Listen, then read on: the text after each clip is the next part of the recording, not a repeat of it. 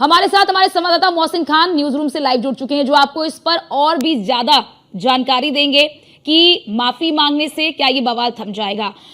मोहसिन, माफी तो मांग ली गई है, लेकिन क्या आपको लगता है कि माफी मांगना पर्याप्त है? क्या माफी से जो ठेस पहुंची है अन्य लोगों को, जो सवाल उठ रहे हैं, क्या माफी मांगने के बाद सारे सवाल दब जाएंगे? देखिए अर्चना, सवाल तो सबसे बड़ा यही है कि क्या माफ़ी मांगने से केवल बात बन जाएगी, क्योंकि जो सीमा पवार ने अपना स्पष्टीकरण दिया और माफ़ी मांगी है, उन्होंने कहा है कि मेरी ऐसी कोई दुर्भावना नहीं थी कि जब मैं पॉलिटिकल साइंस का ये पेपर तैयार कर रही थी। चलिए मान लिया सीमा पवार की कोई दुर्भावना नहीं थी, लेकिन सवाल इस बात का है कि वो जो सवाल पूछती हैं और उस सवाल में लिखती हैं कि निम्न में से कौन सा परमाणु समूह नहीं है। आप उसमें लिखती हैं नक्सली समूह लिखती हैं, आप उसमें जम्मू कश्मीर लिबरेशन फ्रंट लिखती हैं, आप उसमें दल खालसा लिखती है, आप उसमें सी ऑप्शन जो दिया है, तीसरा ऑप्शन पे आप राष्ट्रीय स्वयंसेवक संघ लिख दे रही हैं। क्या आपको इस बात का इल्म नहीं था कि राष्ट्रीय स्वयंसेवक संघ आरएसएस है या आरएसएस की फुल फॉर्म राष्ट्रीय स्वयंसेवक संघ है? तो ऐसा तो नहीं है कि सीमा पवार इतनी अनजान थी कि उन्हें यही नहीं पता था कि राष्ट्रीय स्वयंसेवक आरएसएस है। इतनी अनजान वो नहीं थी, क्योंकि उनका जो परिवार है, जिस परिवार से वो आती है, जिस परिवार की वो बहू है, उस परिवार में यही आरएसएस और राष्ट्रवाद की जो भावनाएं हैं वो लगातार चलती रहती है और वही राष्ट्रवाद। मोहसिन, एक बड़ी बात ये बताइए मोहसिन, ठीक है मोहसिन, एक बड़ी बात अब मुझे ये बताइए कि क्या इससे पहले भी सीमा पवार जो है वो इस तरह के विवादों में रही है क्या,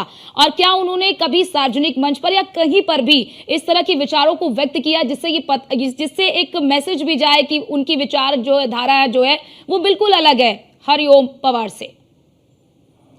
देखिए बिल्कुल अर्चना, जैसे जैसे मामला खुलेगा ना तो चीज़ें निकल कर सामने आएंगी, लेकिन अभी फिलहाल फौरी तौर पर सीमा पवार का ऐसा कोई बयान या कोई ऐसी चीज़ें निकल कर अभी तक सामने नहीं आई हैं कि पूर्व में वो इस तरह से ऐसी मानसिकता का वाले बयान दिए हों। क्योंकि डॉक्टर हरिओम पवार को देश ही नहीं बल्कि दुनिया जानती है, दुनिया पहचानती है कि डॉक्टर हरिओम पवार की जो पहचान है वो राष्ट्रवादी कवि के रूप में है। वो राष्ट्रहित की बात करते हैं और वो लगातार अपनी कविताओं को जो मंचों से बयां करते हैं उसमें भी उनका राष्ट्रवाद साफ तौर पर झलकता है। अब चूंकि डॉक्टर हरिओम पवार एक बहुत बड़ा नाम है, तो ऐसे में जाहिर तौर पर इस पूरे मामले पर बवाल मचना लाजमी था, क्योंकि वो डॉक्टर हरिओम पवार की भाभी हैं, उनके भाई की पत्नी है। तो ऐसे में इस पर बवाल उठना लाजमी था। कहने वाले कुछ लोग ये भी कह रहे हैं कि सीमा पवार का नाम डॉक्टर हरिओम पवार से नहीं जोड़ना चाहिए। तो इसमें साफ तौर पर जाहिर होता है कि भाई आप समझिए ना कि अगर आप सेलिब्रिटी हैं, आप एक बहुत बड़ा नाम है, तो निश्चित रूप से आपका नाम पहले आएगा और आपके परिवार का नाम बाद में आएगा। क्योंकि आपसे यह अपेक्षा नहीं की जाती है कि जिस परिवार की बहू हैं आप और जिस परिवार से आप आती हैं, आपसे यह अपेक्षा नहीं की जाती है कि आप इस तरह से अपनी मानसिकता। लेकिन एक बड़ी बात यहाँ पर मोहसिन, सबसे बड़ी बात,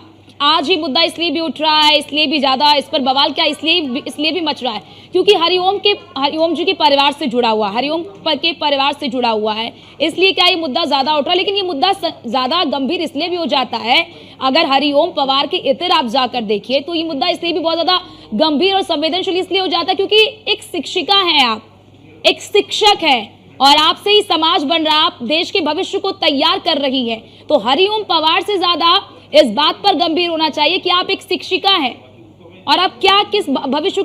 किस ओर ले जा रही हैं आप भविष्य को। देखिए बिल्कुल जाहिर तौर पर ये तो अपने आप में एक बड़ा सवाल है कि आप एक शिक्षिका हैं, और ख़ासतौर से जब आप चौधरी चरण सिंह यूनिवर्सिटी में, जिसने इतने बड़े बड़े नाम इस देश को दिए हैं, उस चौधरी चरण सिंह यूनिवर्सिटी जो पश्चिमी उत्तर प्रदेश की ऐसी एक ऐतिहासिक विश्वविद्यालय है जिसने कई बड़े राजनेता दिए हैं और इस देश को नहीं बल्कि प्रदेश को और तमाम लोगों को उस मुख्य धारा से जोड़ने की कोशिश की है। आप उस विश्वविद्यालय में शिक्षिका है, निश्चित तौर पर आपको समाज को बनाने का एक ताना बाना आपके पास है। तो आप ही अगर इतनी लापरवाही से, आप अगर ऐसी मानसिकता से काम करेंगे तो निश्चित तौर पर जो आने वाला भविष्य है, जो आने वाले नई नस्लें हैं, उनके ऊपर क्या फर्क जाएगा, वो किस तरह से उनका जहन तैयार होगा, ये भी अपने आप में एक बड़ा सवाल है। और निश्चित तौर पर डॉक्टर हरिओम पवार से इतर जाकर अगर हम इस चीज़ को इस चीज़ से जोड़ते हैं कि शिक्षिका होने के बावजूद आपने इतनी बड़ी घोर लापरवाही की आतंकी संगठन और कट्टरपंथ की तुलना के साथ आपने लाकर आरएसएस संगठन को खड़ा कर दिया है, जो आरएसएस एक अनुशासित संगठन माना जाता है और आरएसएस की जो बुनियाद एक अनुशासन के नाम पर चलती है, आपने उस आरएसएस को एक कट्टरपंथ और आतंकवाद के साथ उसकी तुलना कर दिया। अब आप माफी मांग रही हैं, तो क्या माफी मांगने से काम चल जाएगा? क्या माफी मांगने से ये सब चीजें ढक जाएंगी? क्या विश्वविद्यालय को इनके खिलाफ एक सख्त कार्रवाई नहीं करनी चाहिए, केवल दीवार कर देना? और अब तो बिल्कुल मोहसिन, बड़ी बात यहाँ पर ये भी कि आपको विश्वविद्यालय को ये भी सोचना चाहिए, जब शिक्षिकाएं पढ़ाती हैं तो अब तो जाकर आपको बच्चे से भी फीडबैक लेना पड़ेगा कि आखिरकार शिक्षिका जो पढ़ा रही है, क्या पढ़ा क्या रही है, वो क्या बच्चों को मैसेज दे रही हैं। अगर वो लिख सकती हैं तो पढ़ा भी सकती हैं, अगर उनकी मानसिकता ऐसी ही है तो। आप हमारे साथ बने रहिए।